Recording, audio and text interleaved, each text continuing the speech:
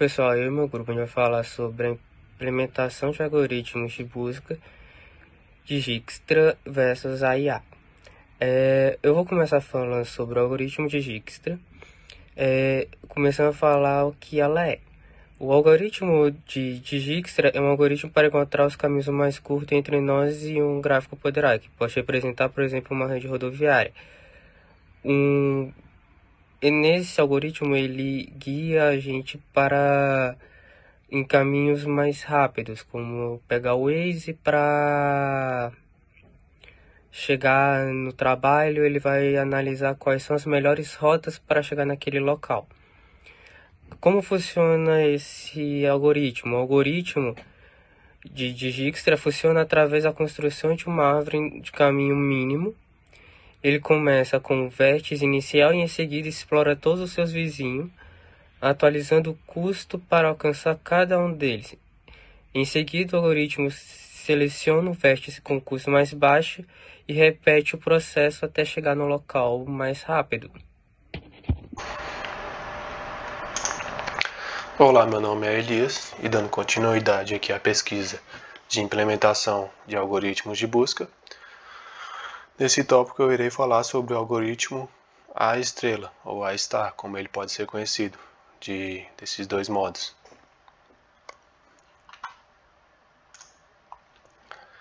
O algoritmo A-estrela é um algoritmo avançado e amplamente usado para atravessar gráficos e encontrar o caminho. Encontrar caminhos do ponto inicial até o ponto final.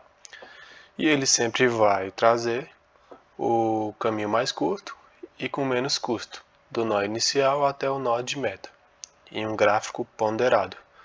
Ou seja, um gráfico ponderado é um gráfico em que os nós, cada um deles tem um valor. E partindo desse princípio, usando a heurística, o algoritmo A-estrela vai poder escolher de uma forma mais precisa qual o próximo nó que ele irá avançar. Como funciona? Ele avalia os nós usando a função f de n igual a g de n mais h de n, que nada mais nada menos é do que a função heurística dentro do próprio algoritmo. Ele prioriza a exploração de nós, que aparecem mais promissores para o destino, e como eu havia falado, ele usa a função heurística. Um exemplo é a distância de Manhattan. E ele também é muito mais usado em gráficos em grid, que é admissível. Agora vamos para a parte mais interessante, que é a parte de exemplificação. E agora, para ficar melhor a visualização, eu vou abrir o bloco de notas e fazer a explicação de como esse algoritmo funciona por detrás dos panos, de fato, e de um modo mais visual.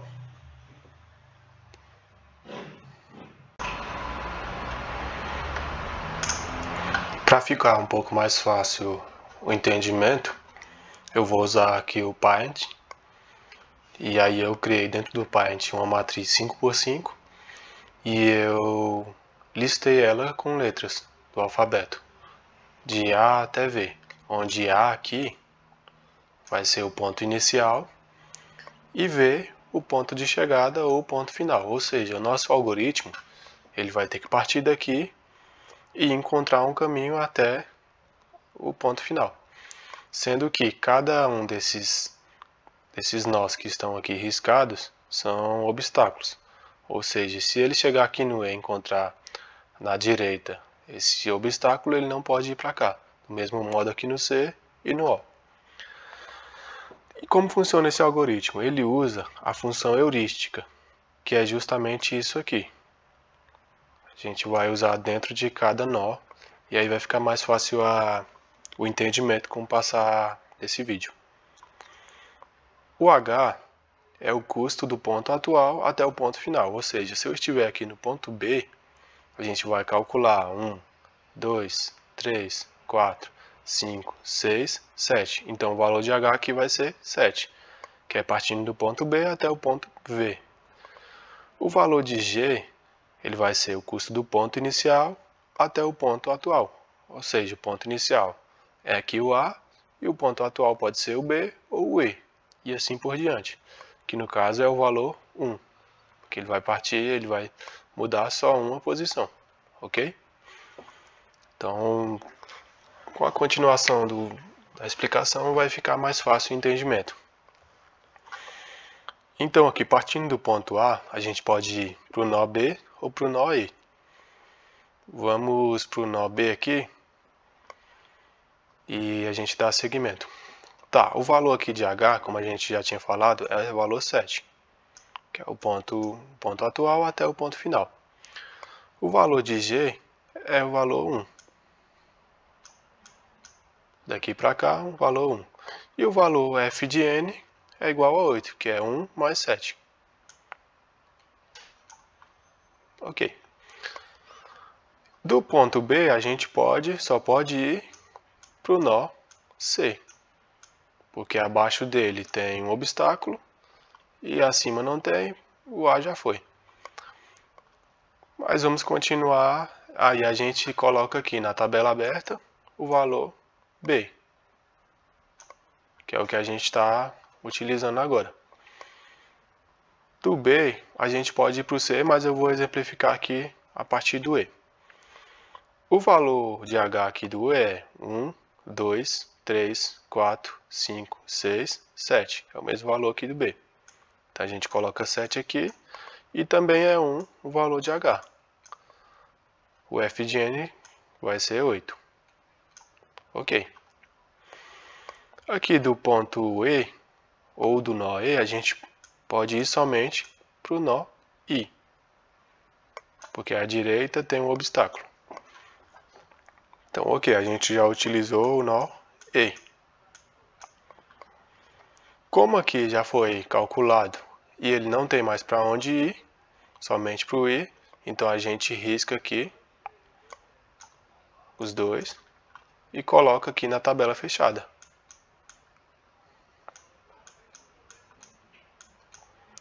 E agora o que resta para a gente é o nó C e o I. Então a gente coloca aqui na tabela aberta, que é o que a gente está usando agora. Eu vou continuar aqui no I, mas a gente poderia ir para o C, porque o B aqui tem valor 8 e o E também tem valor 8. Ou seja, qualquer um dos dois é a mesma coisa. Tem o mesmo custo. Aqui, novamente, o valor de H vai ser 1, 2, 3, 4, 5, 6. Então, 6. E o valor de G vai ser 2, porque é 1 e 2 aqui. Então, o total aqui, novamente, 8. Ok, daqui em diante, aqui a gente já calculou o valor de I, mas o I ainda tem como ir para o J e para o N. Então, a gente vai para o C. O valor de H do C é 1, 2, 3, 4, 5, 6 também. E o valor de G, 1, 2, 1, 2 somente, que vai ser o mesmo resultado, 8. Ok. Então até agora a gente obteve 8 aqui no I e 8 no C. Do C a gente só pode partir para o F, porque tem um obstáculo à direita, à esquerda já foi, e a única opção que tem é o F. E o F ele pode ir para o G ou para o K. É sempre bom usar essas setas direcionais para poder ficar mais fácil a visualização, da onde ele partiu até onde ele está indo, e todo o caminho. E a gente se segue fazendo isso. Eu não vou fazer o algoritmo aqui até o final, porque vai demorar muito o tamanho do vídeo. Mas é basicamente assim que funciona. Espero que vocês tenham entendido. E aí, a partir disso... e qual o resultado que eu vou chegar? Ele vai pegar, traçar a rota, e a rota que ele chegar aqui, ele vai calcular, ver o valor que é de menor custo e vai retornar o usuário. Sempre pelo valor de menor custo e o menor caminho. E por isso que esse algoritmo Maestro é tão usado, pela sua performance e também desempenho e velocidade na resposta. Porque, veja bem, se a gente usa essa função heurística para eu calcular o valor atual e quanto falta ainda de custo para ele chegar, é muito mais precisa a decisão de qual nó ele precisa ir. Ao invés de ficar percorrendo toda a matriz aqui, ele já sabe para onde ele pode ir com base nos valores que tem aqui, da tabela aberta e da tabela fechada, dos que já foram calculados e os que ainda têm de ser calculados. E é isso, pessoal. Espero que vocês tenham gostado e até mais.